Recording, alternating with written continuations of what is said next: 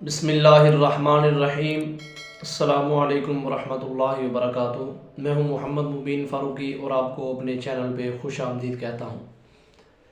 तो अहबाब इकराम, आज मैं आपकी खिदमत के अंदर जो हिफ्ज़ के हवाले से जो हम बात चल रही थी हमारी, मैं वो अर्ज़ करूँगा।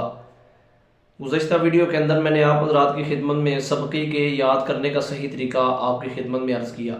तो अभी मैं अर्ज़ करूँगा कि जो सबकी पारा है वो हम किस तरह सुनाएं, किस तरह हमारा सबकी पारा जो है वो मज़ीद बेहतर हो सकता है। तो इससे पहले आप एक बात ज़हनशीन फरमा लें कि सबक के पुख्ता होने के बाद जब सबकी पारा आपका पुख्ता होगा तो उस सूरत के अंदर ही आपकी मंजिल जो है वो पुख्ता होगी। जब आपकी मंजिल पुख्ता होगी तो फिर आपको कुरान पाक भी अच्छे तरीके से याद हो जाएगा। तो सबक के मुतालिक मैंने ये बताया था कि सबक जो है वो आप अच्छे तरीके से याद करेंगे। उसके याद करने का तरीका भी मैंने आपको बतलाया कि सबक जब आप सुनाएं तो आपको आपके सबक के अंदर कोई अटकन भी नहीं आनी चाहिए। इसी तरह जो सबकी पारा है, सबकी पारे के अंदर भी कोशिश तो यही हो कि बंदे को सबकी पारे में बिल्कुल कोई अटकन भी नहीं आनी चाहिए। अगर बड़ी चले गुंजाइश हुई तो एक आधी गलती की कोई बात नहीं, लेकिन वो भी नहीं आनी चाहिए। कोशिश यही होनी चाहिए कि वो एक आधी गलती भी ना आए।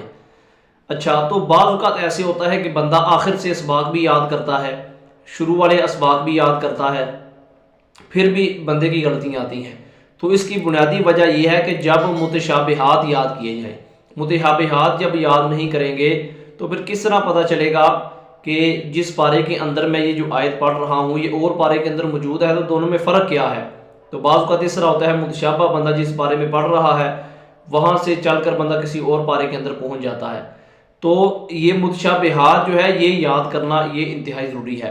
जब आप मुतशाबिहात याद करेंगे तो इंशाअल्लाह आपका सबकी पारा भी जो है वो आपको अच्छे तरीके से याद हो जाएगा। नंबर 4 और आखिरी बात कि सबकी पारे के अंदर आप देखेंगे कि जो रुकू भी आपका कच्चा है उस रुकू को आप अलहदा से याद कर लेंगे। कोई आयत अगर आपकी याद में कच्ची है तो आप उसको अलहदा से याद कर लेंगे। इसी तरीके से अगरचे आपको सबक की तरह लफ्ज़ ब लफ्ज़ याद करना ही क्यों ना पड़े, आप लफ्ज़ ब लफ्ज़ ही याद करेंगे। फिर आपका जो सबकी पारा है वो आपके याद के अंदर उसकी कैफियत ये हो कि जिस तरह पहला सबक आपको याद है इसी तरह आखिरी सबक भी आपको याद होना चाहिए। यानी इस तरह ना हो कि इस पारे का जो शुरू है वो बंदे को अच्छे तरीके से याद हो, एक पाव के बाद अगले पाव में कुछ कच्चा हो, तीसरे पाव के अंदर कुछ कच्चा हो या ठीक हो, चौथे के अंदर कच्चा हो ना, बल्कि जो पूरा सबकी पारा है वो एकदम से आपको सही तरीके से बराबर याद होना चाहिए। जब इस तरीके से आप सबकी पारा याद करेंगे तो इंशाअल्लाह अज़ीज़ आपके लिए मंजिल का याद करना या मंजिल का पुख्ता होना आपके लिए मुश्किल नहीं होगा। तो इस तरीके से आप अपने सबकी पारा को बेहतर कर सकते हैं। अल्लाह रब्बुल इज़्ज़त आपका हामी व नासिर हो। अल्लाह रब्बुल इज़्ज़त जो भी अहबाब इकराम हिफ्ज़ कर रहे हैं या हमारी वीडियो देख रहे हैं, फ़ायदा उठा रहे हैं, सबको बेहतरीन जज़ाए खैर अता फरमाए। अस्सलामु अलैकुम व रहमतुल्लाहि व बरकातुहू। حسبي ربي جل الله ما في قلبي غيره